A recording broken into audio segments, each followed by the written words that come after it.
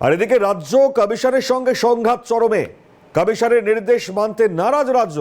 দুজন ইআরও এবং এইআরওদের সাসপেন্ড মানবে না নবান্ন। তাহলে কি এসআইআর বাংলায় ধাক্কা খাবে? বড় প্রশ্ন। কি আপডেট উঠে আসছে? খালেদ জামাল রয়েছেন টেলিফোন লাইনে। খালেদ, দেখো, জাতীয় নির্বাচন কমিশন মুখ্য সচিবকে যে চিঠি দিয়ে দুজন ইআরও এবং দুজন এইআরও সহ একজন ডেটা এন্ট্রি অপারেটরকে সাসপেন্ড করে এবং তাদের বিরুদ্ধে এফআইআর করার নির্দেশ দিয়েছিল। এবং এই নির্দেশের পরে নবান্ন সূত্রে যে খবরটা পাওয়া যাচ্ছে যে নবান্ন কিন্তু জাতীয় নির্বাচন কমিশনের এই সিদ্ধান্তকে মানতে নারাজ।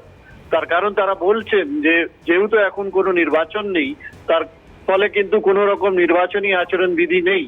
সেক্ষেত্রে কি করে নির্বাচন কমিশন এই সিদ্ধান্তটা নিচ্ছে যে কাকে সাসপেন্ড করা হবে, কার বিরুদ্ধে ব্যবস্থা গ্রহণ করা হবে? তার কারণ হচ্ছে রাজ্যের আইন শৃঙ্খলা পরিস্থিতি থেকে নিয়ে সমস্ত কিছু কিন্তু রাজ্যের হাতে রয়েছে।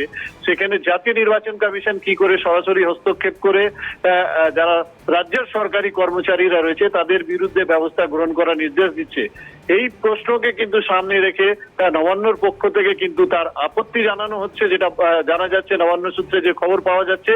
সেই কারণে জাতীয় নির্বাচন কমিশনের যে সিদ্ধান্ত, সেই সিদ্ধান্তটা মানবে না রাজ্য, সেটা কিন্তু একদিকে পরিষ্কার। অন্যদিকে কিন্তু সরাসরি জাতীয় নির্বাচনের কমিশনের সঙ্গে যে সংঘাতে চলে যাচ্ছে সেটাও কিন্তু মনে করা হচ্ছে। এবং সেই জায়গা থেকে বুঝাই যাচ্ছে যে আগামী দিনের রাজ্যে যে এসআইআর এর যে ভবিষ্যৎ, সেই ভবিষ্যৎটা কি। তার কারণ আগেই মুখ্যমন্ত্রী মমতা বন্দ্যোপাধ্যায় জানিয়ে দিয়েছেন যে এই রাজ্যে তিনি এসআইআর করতে দেবেন না।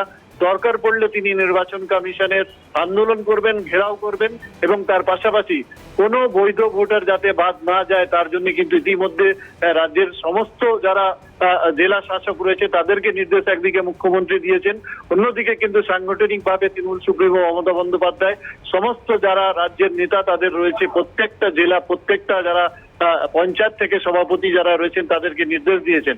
এবং সেই কারণে কিন্তু বোঝা যাচ্ছে যে সরাসরি এবার এই ইস্যুতে সংঘাতে যাচ্ছে রাজ্য। ধন্যবাদ খালিদ। কথা বলছিলেন আমাদের প্রতিনিধি খালিদ জামালের সঙ্গে।